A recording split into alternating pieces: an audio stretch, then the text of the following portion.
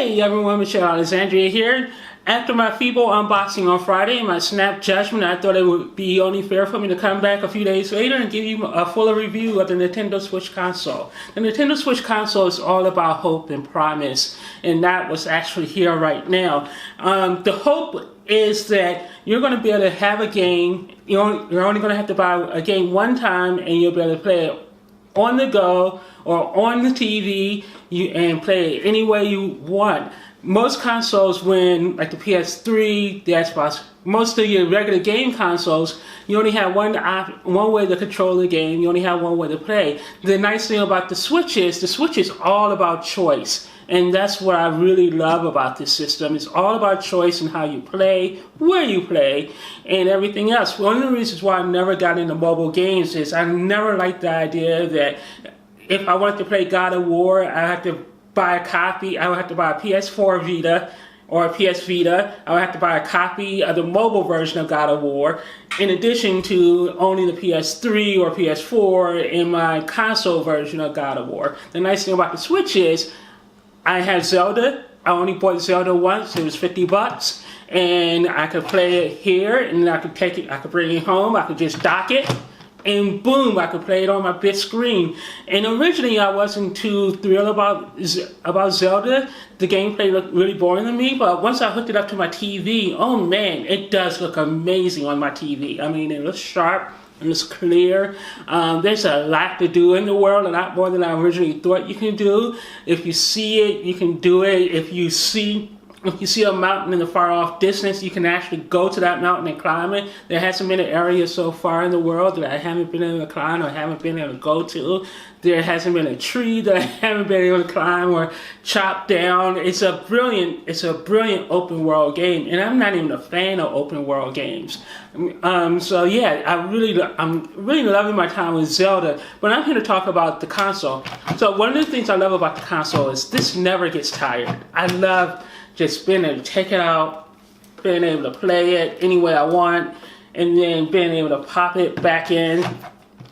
And again, the thing about the Switch is it's all about choice. And the great thing about it is even how you play and control the game is all about choice. Most of the time with consoles, you get one controller and you can only play it one way. With the Switch, you have like a million different ways that you can play this. So I love the fact that you could just you slide it in here.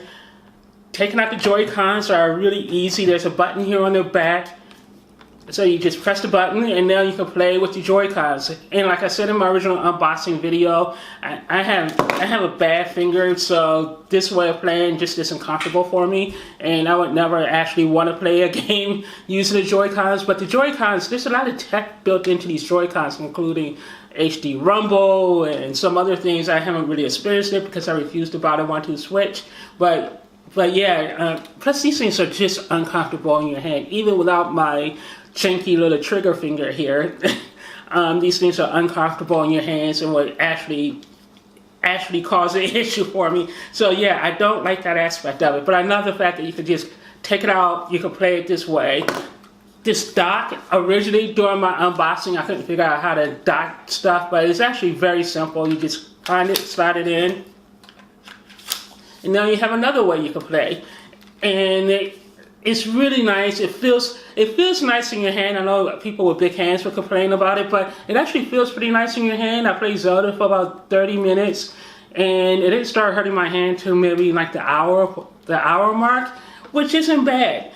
The one area where Nintendo fell down on with this is that it doesn't charge the Joy-Con controllers, and that's kind of annoying and kind of cheap. So that's another way you can play it. And then you have this little kickstand on the back.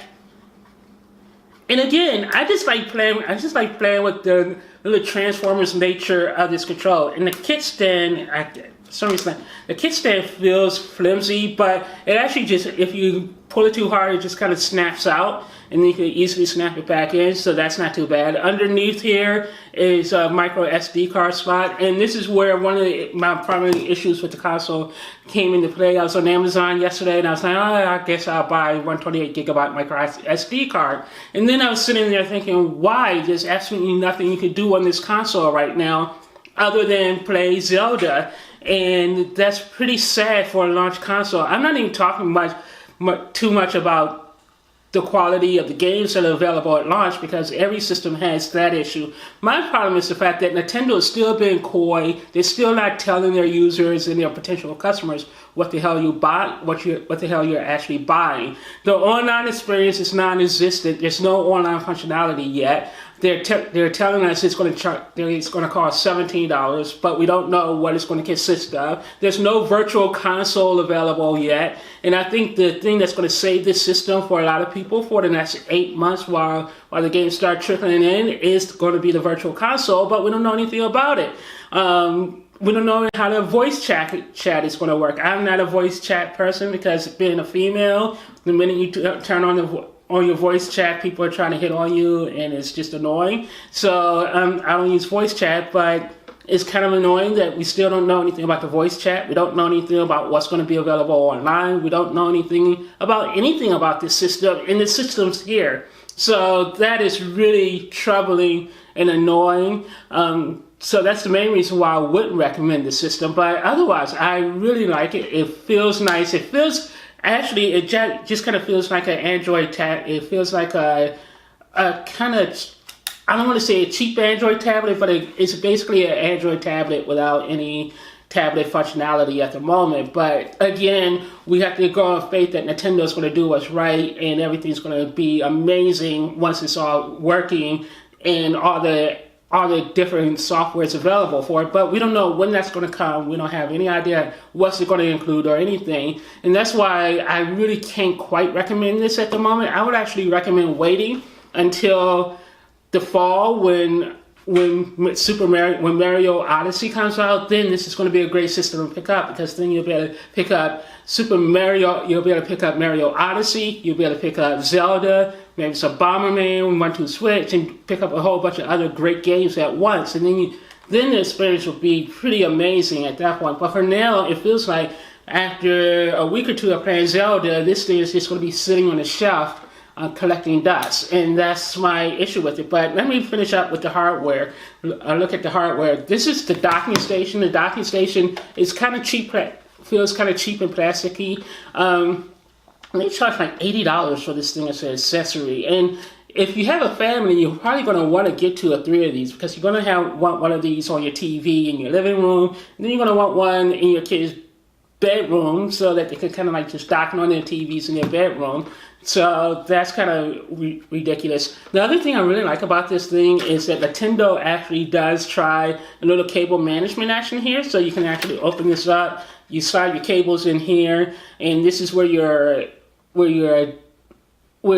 power goes. There's a USB port here, and then there's a HDMI in, or it's HDMI out right here.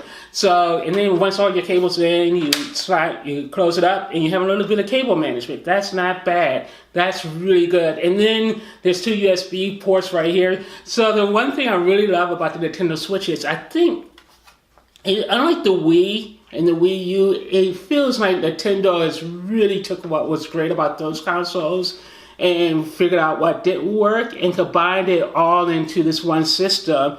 And the love and care really shows in how this thing is built, because it feels sturdy, it feels nice. It doesn't feel cheaply made at all.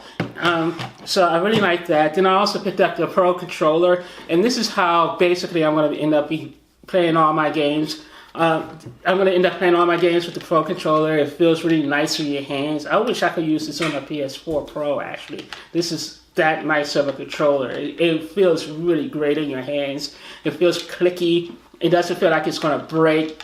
So yeah, I really love this. The one area where Nintendo really did fall down though, in the hardware department, are these stupid straps. These straps do not properly fit this thing. Because what happens is, during my unboxing, I put it on and I couldn't get it off. And these things don't